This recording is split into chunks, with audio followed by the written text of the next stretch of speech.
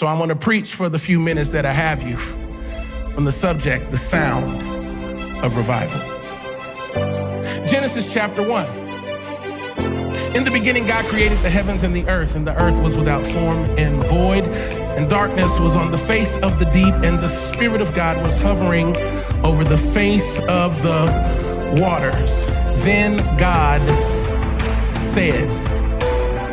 What happened next was the first recorded moment where the sound of heaven reached the earth. Let there be light. That was not a suggestion. But God never wastes words, so he was not speaking to nothing. He was speaking to something, and it showed up. Because when God speaks, something's listening. The creation of the heavens and the earth as we know them began with a sound from heaven. So that which was empty, void, dark, could not become fruitful, productive, and perpetual until God said something. I don't know what you need God to speak to today. God's about to speak one thing, and every other thing is gonna show up. I need somebody to go with me. I'm trying to preach. I'm about to preach it like I feel it. I'm not a professor. I'm not trying to play games.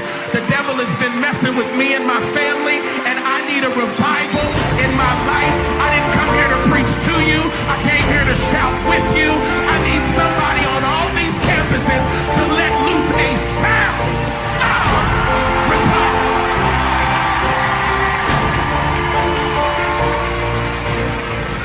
Chuck Yeager was the first man to break the barrier of sound.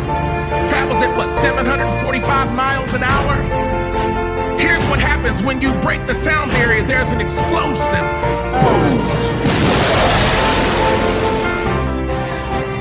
Because the dimension you just left has no ability to contain what just took place. God says this revival is not about maintaining where you are. It's about supernaturally catapulting you into a new dimension whereby which when you speak, devils must bow down. Sickness must leave your body.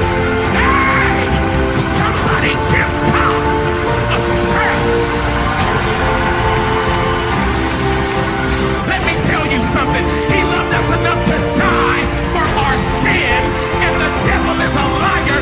We need preachers to preach this book, preach the uncompromising gospel of Jesus Christ. He's still the only way to the Father.